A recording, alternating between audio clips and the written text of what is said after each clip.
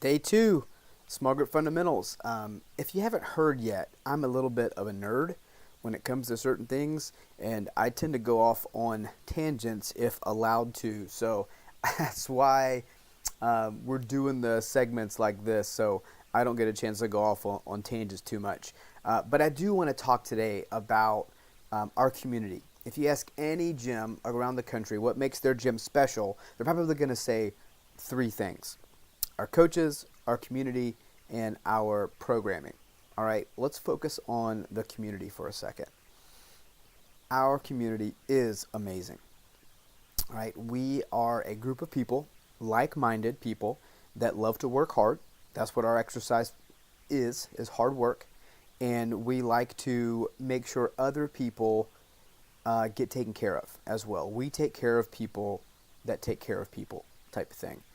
So, with that said, please don't feel awkward if athletes come up and introduce themselves to you. You might get 15, 20 of those in a class if you're brand new, and that's okay. But the flip side is, if you don't know somebody, it's okay to introduce yourself to them. Hey, I'm Drew. I'm in Small Group Fundamentals. I'm just brand new here. And you might start up a conversation that might lead to a lifetime friendship, which is awesome because it's rooted in some sort of hard work. You know that they're going to put in the hard work that you're going to put in as well. I love to force people to work together. So you'll see lots of partner workouts in the program design on purpose. It forces you to get out of your comfort zone and work with somebody brand new. Sometimes you get to pick the partner. Sometimes the coaching staff picks the partner. It kind of depends on how we feel. But I like to kind of stir the pot a little bit and make sure that you're working with everybody. We do have social functions that we meet up with. If you haven't had a chance to look at the wall yet, right when you kind of walk in to the right there's a wall that says Tribal Elders. Those are the folks that have been at the gym for 3 years and longer, and they have kind of seen it. They've seen it all. They kind of been around for a little bit. Those are the guys. Those are your first line of, other than your coaching staff, your first line of people to ask for anything about the gym, or really anything in general. That group on the wall, the Tribal Elders, have been through and noticed about everybody in town that can get anything done you need to be done, which is an amazing part of our community. In addition, there are select ambassadors, kind of like mine and Jennifer's board of directors, that meet quarterly, and they kind of give us the ins and outs of what's going on in the gym from the pulse of the athletes. All right, so we have me and Jennifer, we have our line of coaches that we listen to daily about how the gym's running. We have a line of ambassadors that we listen to. It's like our board of directors. We have our tribal elders that we listen to, and we're always getting feedback. So Jennifer and I love to get feedback from the athletes, but it starts with building a strong community. Because if there's no strong community feel to it, then we won't get that feedback, which is what we want. So introduce yourself to folks. If there's anything social you can go to that is coordinated from the gym, or we call it the CrossFit Social Club. It's on Facebook, a group on Facebook. Be a part of that. Get into it. Go to baseball games. Be a part of the things we do in town, which is awesome. And then we host several events throughout the year as well. The holiday party is one of those things we do coming up every year around the same time. It's February this year. It's going to change coming up soon. It's going to be the Open, which is like a 5-week competition, quote-unquote competition that we'll do. It's a lot of fun. We do a yearly competition in November, and it's just a lot of fun to be a part of those things so that you can also invite your families to. If your families aren't a part of the gym yet, you can invite your families to that. We want to open our doors to everybody that we can so that we can have a greater impact in the area. All right, so our community is a big part of this, and it starts with just introducing yourself. And don't be afraid of not remembering somebody's name. It took me a long time to get to know people's names, and it's just using it over and over and over again, and then that happens. You get it one day. Now, kind of moving to the lecture component tonight, you might have seen this big board back there where we kind of meet for Small Group Fundamentals, the 10 Commandments. I'm going to go over Commandments 1 through 5 today, and just kind of give you a rundown of what we feel like they mean. Each person kind of takes these a little bit differently, but here's the premise for what we have those on there. Now, just like the commandments, like Moses comes down with the tablet with the commandments on there, these are the things that we hold near and dear to our hearts. The first one is always mispronounced. It's Buiatu. It's not buy a taco, but it's an acronym. Believe unconditionally in yourself and the ability of others. All right, so that takes time. All right, believing unconditionally in yourself takes time and repetition. Boom, boom, boom, boom, boom. Keep doing the same thing over and over and over again. Keep building that confidence up, and then over time, you start to believe unconditionally in yourself. I can do this. I can give my best effort is what really that means. And then once you do that, once you've earned that right to believe in yourself, you can wholeheartedly believe in the ability of other people. All right? So if you look on the banner on the other side of the gym, it says rise to lift others. That's another way of saying believe unconditionally in yourself and the ability of others. I'm going to get better so that I can bring people up with me. All right? Or I'm going to lift somebody else up so that I can follow their lead. It's the exact same thing. If you look at kind of like a core value standpoint, this is an abundant mentality. If you win, I win. If I win, you win. All right, we're all in this together.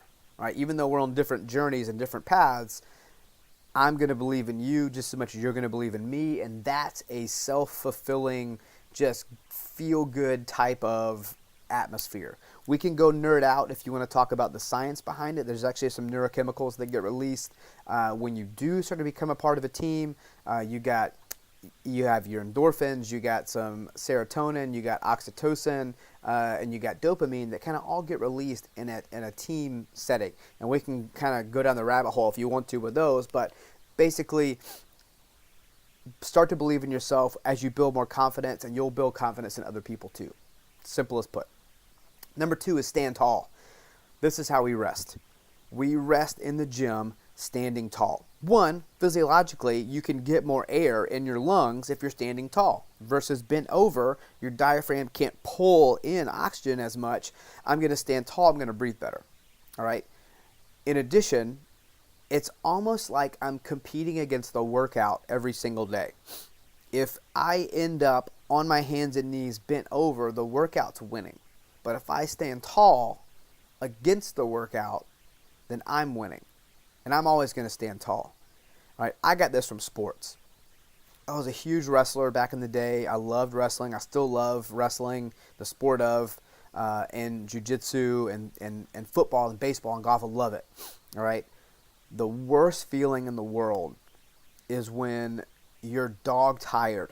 You're dog tired because you've been working your butt off for 7 minutes. You got to go into overtime in wrestling, and you look across the mat and your opponent is standing tall with his hands on his hips, like he just breathing normally, like it's not bothering him at all. That's such a just messes with your head a whole lot, but that's where I got it from. All right, I would work so hard in the off season, and I would work so hard in training so that I could be that person that was standing on the other side of the mat with my hands on my hips going like, okay, let's go, I'm ready, let's go. Right? It makes a huge difference in how you approach the workout and how you approach rest and how you approach everything in your life. If you can stand tall to it, you can beat it. All right, number 3 is think and speak positively. I know it says positive on the board, but positively is really what we meant. I only want to hear good things in the gym. We're trying to give you the best hour of your day. All right, I know people have things that happen outside the gym. When you come in the gym, it's a place of positivity. I want you to think and speak positive. The biggest thing we hear in Small Group Fundamentals is, I can't do that. We don't want to hear that. I want you to try it, and I want you to give it your best effort. That's what you're going to say. All right, just admit it. I'm a little scared, but I'm going to give it my best effort. If you do that, you win every single time. All right, that is thinking and speaking positively. Do that over and over and over again for reps and reps and years and years and years, and you change who you are as a person. You really do. It is an amazing moment when you realize that you had more positive thoughts than negative thoughts. It's impactful because then you can help other people, which is what we're here for, right? Number 4, attack your weaknesses. All right, you might not have any weaknesses yet. You might not know what they are yet in the gym, but I'm sure you have one or two weaknesses in life. And if you really want to get better at them, you cannot haphazardly go about solving them. You have to attack them with the fury of 1,000 suns. All right, you have to get after the weakness in order to get better at it. I was scared of public speaking growing up. I was almost deathly afraid of it. And now I thrive off of speaking in front of a group because I did it. And I just said, you know what? I'm just going to do it and keep doing it and keep doing it and keep doing it until it got to be so fun for me to do public speaking. Same with the movement. I couldn't overhead squat. Right? You'll get there in a couple of weeks. I couldn't squat with a bar over my head for a full year, a full calendar year. And then I finally got it. And I got it. And I kept working and kept working and kept working. And now it's one of my favorite lifts to do is the overhead squat. Attack your weaknesses in life and in the gym. Attack. You can't just let them go. Attack them to get better at them.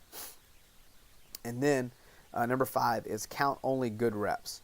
One of our inherent values in our gym is integrity.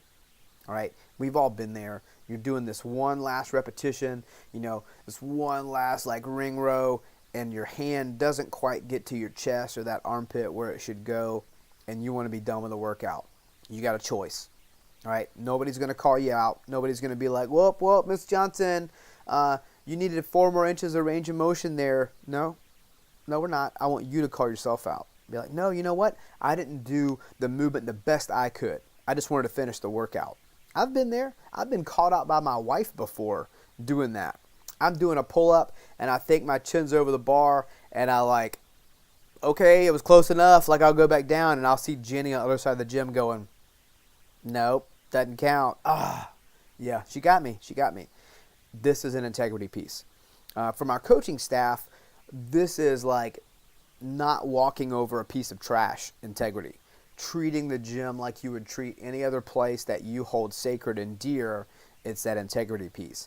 For you as the athletes, it's talking about counting only good repetitions. Just doing the right thing no matter who's watching. All right, because someone always is watching. Do the right thing no matter who's watching. All right, commandments 1 through 5 and our little bit of community talk. Make sure if you have any questions, you talk to your Small Group Fundamental instructor. If not, guys, I will see you in the gym. Have a good day.